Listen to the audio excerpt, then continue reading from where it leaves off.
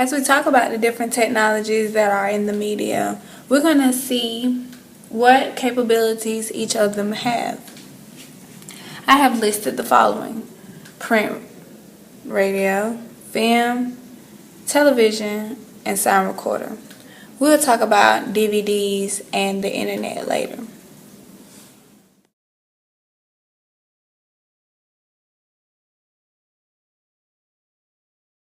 So, I have conducted the capabilities of each of the mediums, and as you can see that each of them have their own capabilities, and they're lacking some.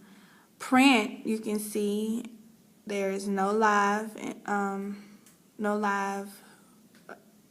things going on with print. Text, they have text. No sound. Pictures, they have pictures like books, but there's no video or interactive activity going on. Radio is live, but it doesn't have any text. It has sound, but pictures and videos and inner activity is not going on. Film, as you can see, no live footage, text, or video and interactivity. Television, same thing, no text. They have sound and it's live. Pictures, videos, but again, no activity. Sound recorder, no live text or pictures, videos, or activity, only sound. So to finish up on the capabilities of technology, the next word on the list was DVD and internet. So like you've seen in the previous clip, the characteristics of different media and the categories was live, text, sound, picture, video, and interactivity. Okay, so DVD, next on the list. Live DVD, no. For text, no.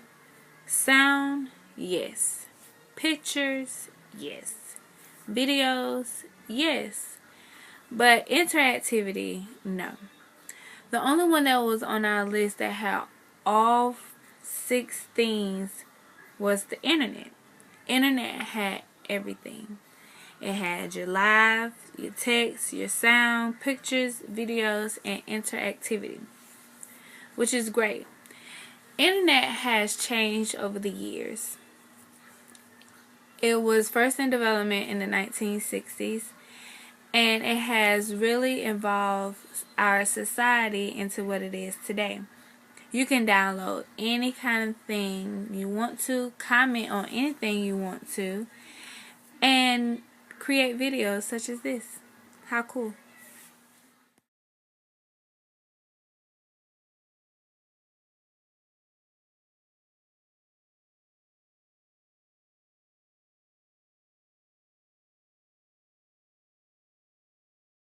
We're going to continue talking about the capabilities of technology. Now, we mentioned about the traditional mass media, which consists of landlines, which is the old telephone where you had to sit right there and listen to the conversation. You couldn't walk around. You didn't have any mobility. Now we have advanced to the new media, which is your iPhones, wireless phones, and DVDs, CDs, all are considered to be new media. Now let's back up for a moment. We have, because of what people can do, the new media versus the traditional term. Technology is only one element of the media process in the social world. they give an example of when it comes to technological determinism. It gives the responsibility to technology. It's been some feud about technology determinism. Technology determinism, for example, is basically saying because of the evolution of technology, something happens or a shift in our society happens.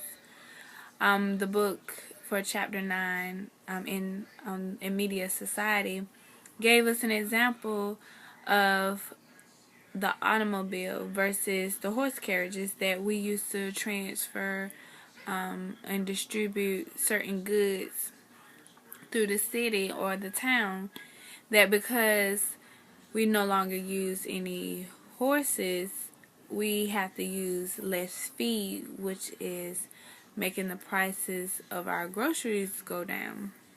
That was an example of determinism, technological determinism.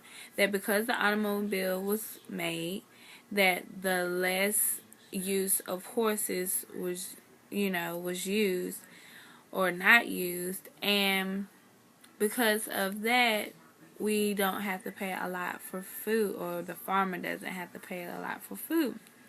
That is true. So they consider that to be technological determinism. You can also use another example, because technology, we have cars, and because we have cars, the gas expenses are up. They used to be down. So now that more people are buying cars, we spend a lot more money because people who have cars and they have to gas up their tanks to get around. So that right there is an example of technological determinism.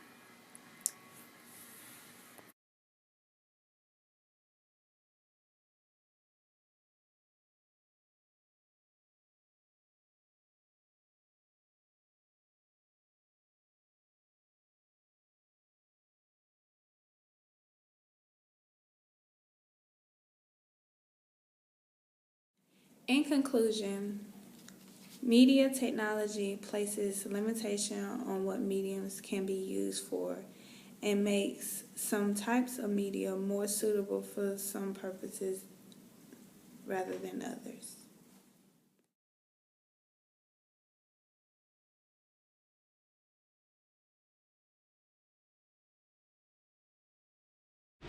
Welcome back. We're going to be talking about chapter 10, which is talking about globalization. Now, globalization is the worldwide movement towards economic, financial, trade, and communications integration. We're going to discuss a little bit on media in a changing global culture, cultural imperialism, and regulation of global media. Stay tuned.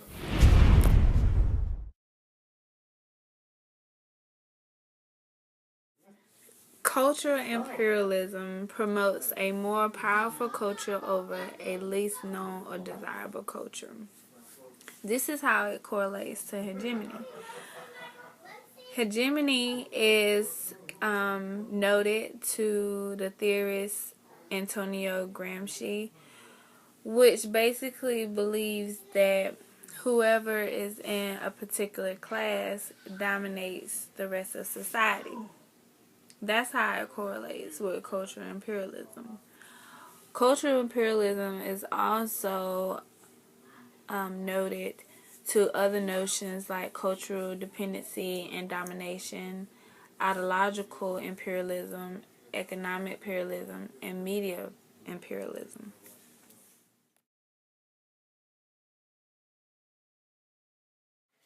So now we're talking about globalization.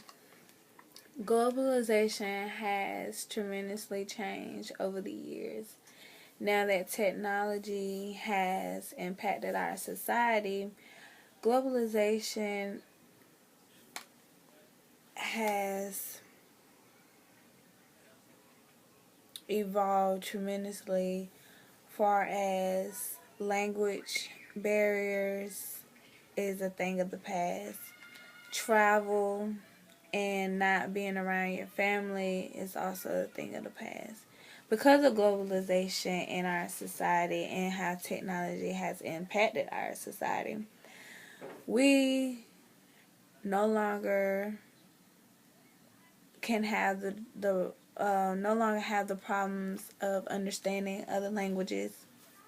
Because of the internet, we can simply put any kind of language in and it transcribes the language, and we can communicate effectively to others who are in a different culture, geographic region with music. People are able to exploit their music more more rangeful than ever before. We listen to Jamaican music, we listen to British music, anywhere from Kanye West to Swift, the Swift girl. We can listen to all types of music through globalization of how the internet has impacted our society. Anytime you hear the word globalization, it is always a profit that goes into that. And for the economy, because of the technologies that are advancing, we have been able to sell our culture and our languages to people all over the world and show them different things about our culture all over the world just because of the internet and other mediums that helps us exploit our culture.